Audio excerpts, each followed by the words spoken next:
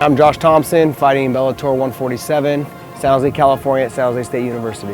I fought all around the world, and now I'm here in Bellator. Being back with Scott, who's one of his great friends, even when he was in the UFC, him and Scott maintained a really good relationship. He helped get me into Pride, he helped get me into Dream, brought me into Strikeforce. Josh never wanted to leave Scott, and he feels very comfortable with Scott. He likes fighting for Scott Coker. My time with Coker has been amazing. Basically just helped build my career and shape my career and made me into the person I am today. Fighting out of San Jose, California, Mr. JoshThomson. I mean, people underestimate Josh. I think that he's been kind of out of the limelight. This guy's a dangerous fighter. It's great to be back with him. For Josh, it's great to be home. For me, it's more about him just being happy. And knowing that I'm going to finish my career with the person who helped get me where I am today.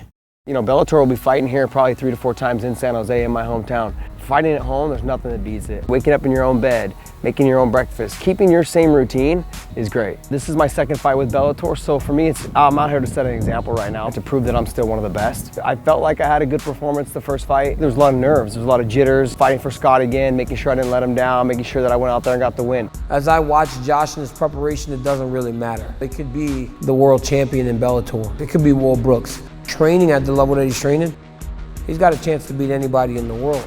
The opportunities that were talked about before I went to the UFC never came to fruition. Fans wanted to see me in Pettis. Fans wanted to see me in Cerrone. I was never given those options to fight those guys.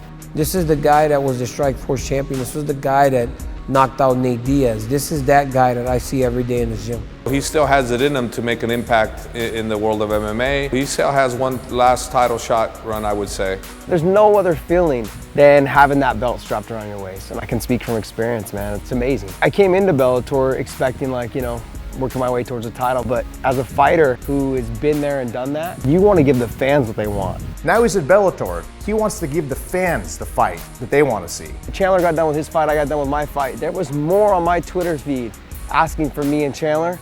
Not one person asked for me and Will Brooks. It was great to spend some time with JoshThomson at the Concord Fights. Nice to see how much time Josh actually spends to give back to his fans. He's still the same old guy he's always been from the day we met him to today and getting prepared for this bout with Bellator. He's back to where he was before when I first got here, always smiling and working hard. Josh is not a spring chicken anymore. He's 38 years old. You're going against 25, 28-year-old guys. They still have that speed. You're at a disadvantage. I dialed things back. I had a long talk with Randy Couture. I talked a little bit with Dan Henderson. I talked a little bit with these guys that were legends that are still fighting in their 40s. Josh has learned how to train smarter. Once that speed dissipates and is gone, it's hard to keep up with the younger guys. As he's gotten older, he doesn't have nearly the amount of injuries that he had earlier in his career. And I think that's showing you how much smarter he's gotten in terms of his training. As far as Pablo Villaseca, I know he's left-handed. He's got pretty decent stand-up. He's got a quick head kick from that rear leg. He's got a great record. He's pretty well versed in all areas. He's durable, he's tough, but I don't think he's as knowledgeable as me anywhere. My training camp, I've specifically geared towards finishing, from the knockouts to the submissions to everything. He's going to come in and take control where the fight takes place.